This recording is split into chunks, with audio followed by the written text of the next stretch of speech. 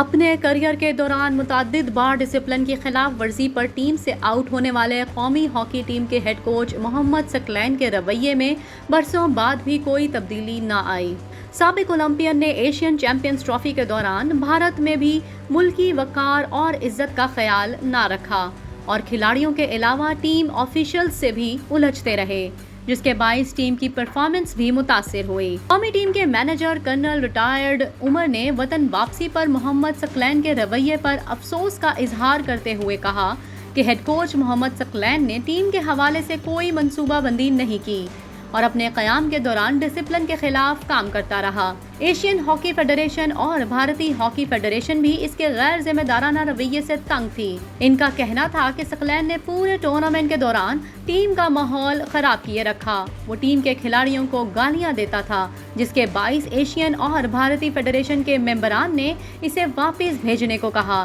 لیکن میں نے ملک کو بدنامی سے بچانے کے لیے ایسا نہ کیا۔ کرنل عمر صابر کا کہنا تھا کہ مجھ پر ثقلین نے ذاتی سامان پر کسٹم ڈیوٹی دینے کا الزام لگایا، جو سراسر غلط ہے۔ یہ ڈیوٹی ٹیم کے مجموعی سامان پر ادا کی گئی، جس کی رسید بھی موجود ہے۔ میں پاکستان ہاکی فیڈریشن کو اپنی رپورٹ میں سفارش کروں گا کہ ایسے لوگوں کو ذمہ داری دینے سے پہلے ان کے ماضی کو بھی مد نظر رکھا جائے، جن کے خلاف پہلے بھی شکایات آتی رہی ہیں۔ اس بارے میں محمد ثقلین نے اپنا موقف بیان کرتے ہوئے کہا کہ ٹیم مینیجر سے اختلاف کھلاڑیوں کی بس نیشنل ہاکی اسٹیڈیم کی بجائے ڈیفنس ہاکی ارینا لے جانے پر ہوا، جہاں فیڈریشن کا سامان اتروایا گیا، جس میں ادویات اور ٹریننگ کا دیگر سامان شامل تھا جو فیڈریشن کی ملکیت ہے۔ ذرائع کے مطابق ڈی ایچ اے نے پاکستان ہاکی فیڈریشن کی مالی مشکلات کے پیش نظر قومی ہاکی ٹیم کو اسپانسر کرنے کا فیصلہ کیا اور ایشین چیمپئنز ٹرافی کے علاوہ جونیئر ایشیا کپ کے لیے ٹیم کی تیاری پر خطیر رقم خرچ کی، لیکن اس کے باوجود پاکستان ہاکی فیڈریشن کی جانب سے انہیں فری ہینڈ دینے کی بجائے کام میں مسلسل مداخلت جاری ہے، جس کے باعث ڈی ایچ اے کے لیے مستقبل میں قومی کھیل ہاکی کی اسپانسرشپ جاری رکھنا